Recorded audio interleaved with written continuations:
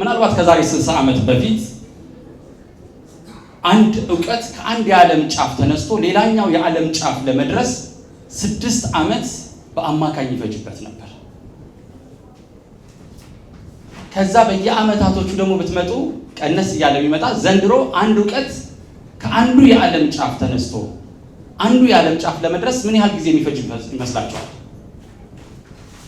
አንድ ዕውቀት 60 ሰከንድ። ከ60 ዓመት በፊት 6 ዓመት ይፈጅበት ነበር በጣም ፈጣን ከሆነ። አሁን ግን አንድ ዕውቀት አሜሪካ ክሬት ከተደረገ እዚህ የም ለመድረስ 60 ሰከንድ ነው። እጃችሁ ላይ ያለው ስልክ ብቻ። በእነዚህ መካከል ያለውን ግንኙነት ግን መስራት የሚችለው ሁለት ነገር ነው፣ ትምህርትና ንባብ። የሰው ልጅ ከተማረ ይህንን የዕውቀት ጋር በአንዱ ዓለም ጫፍና በሌላኛው ዓለም ጫፍ ያለውን የመቀባበያ መንገድን ይማረዋል፣ ያውቀዋል። ሁለተኛው ነገር ደግሞ በእነዚህ መቀባበያ ትምህርት በሚባለው ነገር መካከል ላይ ደግሞ የመገናኛው መንገድ ምንድነው? ንባብ የሚባለው ነገር ነው።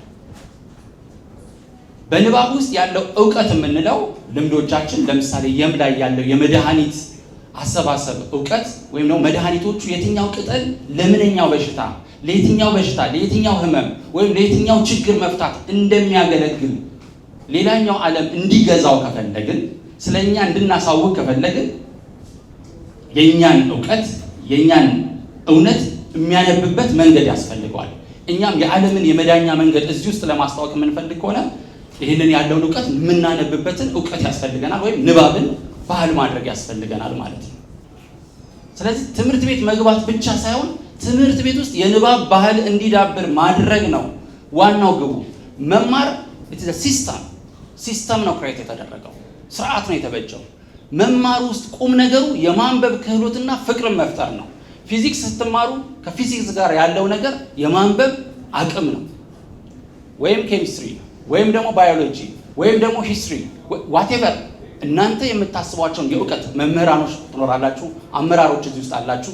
ስለዚህ እነዚህን ነገሮች መጋለጥ ብቻ አይደለም ቁም ነገሩ፣ እነዚህን ነገሮች በእምነትና በፍቅር በደንብ አድርጎ በፍጥነት ማንበብ መቻል ነው ትልቁ ጥበብ።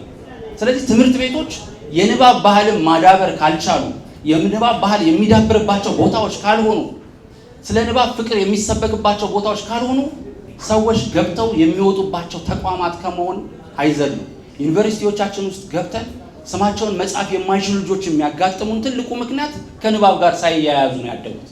አሁን ዩኒቨርሲቲ ውስጥ እንዲገቡ ይፈተኑ ሲባል የሚያቅረን የሚያታግለን ድሮ በፈለግነው መንገድ የኛ ማህበረሰብ እንዲያልፍልን ዩኒቨርሲቲ እንዲገባልን ያል ሰርቀንም ምንም ብለን የምንሰጠው የነበረው አካሄድ ሲዘጋ ሁሉም ሰው ፍሪዝ ያደርጋል። በዚህ ውስጥ የምትጎዳው ሀገር ናት። ባባከነችው ገንዘብ ልክ፣ ባባከነው ጊዜ ልክ፣ ባባከነው የልጆቻችንና የወላጆች ህልም ልክ ሀገር ትከስራለች፣ ሀገር ትወድቃለች። ስለዚህ ትምህርት ቤት ልጆቻችሁን መላካችሁ ብቻ እንደ ቁም ነገር እንዳታዩት። አመራሮች ትምህርት ቤት በመክፈታችሁና መምህራን ደሞዝ በመክፈላችሁ ብቻ የትምህርት ጥራት ተረጋግጧል ማለት አይደለም። ከዚህ የዘለለ ነገር ይፈልጋል። ዕውቀት የሚባለው ነገር የምር ሰው ልጅ እንዲለውጠው የሚያስችለው ትልቁን ቱል የማንበብ ስርዓትን መፍጠር።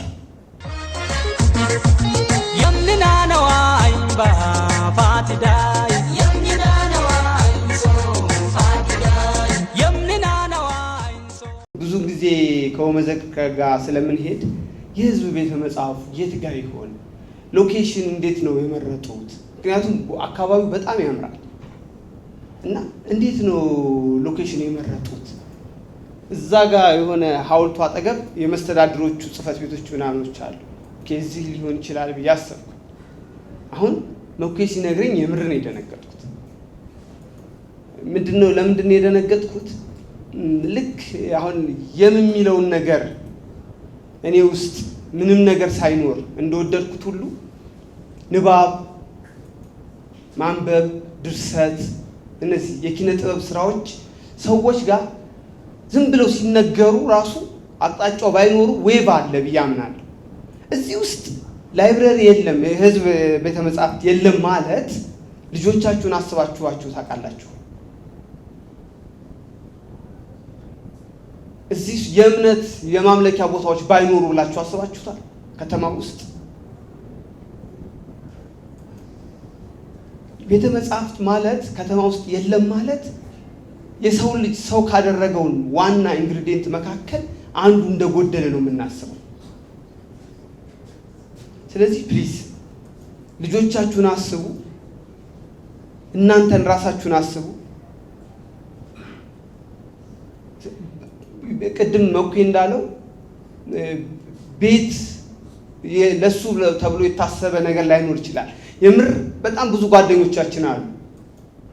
እናንተ ቤቱን ስሩትና መስራት አይደለም አንድ ቢሮ አዘጋጁና ጥሩን በእውነት የምትፈልጉትና ለእናንተ ይጠቅማል የምንላችሁ መጽሐፍ ለማምጣት ከመዘክር በተጨማሪ ብዙ የምናውቃቸው ጓደኞች አሉ እና እባካችሁ ይሄንን ነው ዋናው መልእክቴ ማለት ነው። ንባብ ስታስቡ ከትምህርት ወይም አካዳሚ ጉዳዮች ከዛ ውጭ ያሉ ዕውቀቶቻችሁን በምንድን ነው ፕሪዘርቭ እያደረጋችሁት ያስቀምጣችሁት?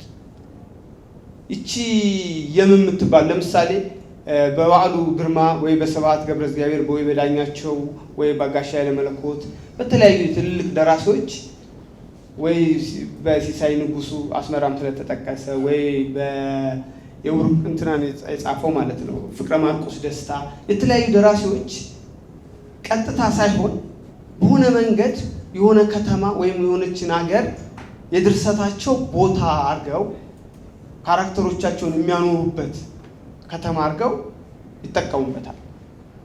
እኔ ሁሌ የምመኘው የምን አንዱ ጉዳይ ነው ብዬ ነው የማስበው። ምክንያቱም ድርሰት ለምሳሌ ኢትዮጵያ ውስጥ 130 ሚሊዮን ህዝብ አለ ብለን ብናስብ ከዛ ውስጥ 10 ሚሊዮን እንኳን በደንብ ማንበብና መጻፍ ይችላል ብለን ብናስብ ከዚህ ውስጥ 3 ሚሊዮን ሰው በደንብ የሆኑ ድርሰቶችን በደንብ አድርጎ ያነባል ብለን ብናስብ ድርሰት ውስጥ ተካታ ከሆነ እነዚህ ሰዎች አውቀዋታል ማለት ነው። ካልተካተተች የልባችሁ ከተማ ሆና ነው የምትቀረው። ምክንያቱም የሰው ልጅ በአካላዊ በሆነ ነገር ብቻ አይኖርም፣ መንፈሳዊ ነገር ያስፈልገዋል። ስለዚህ ድርሰት መንፈሳዊ ሳይንስ ሆነው መንፈሳዊ ከሆኑት ነገሮች መካከል አንዱ ነው።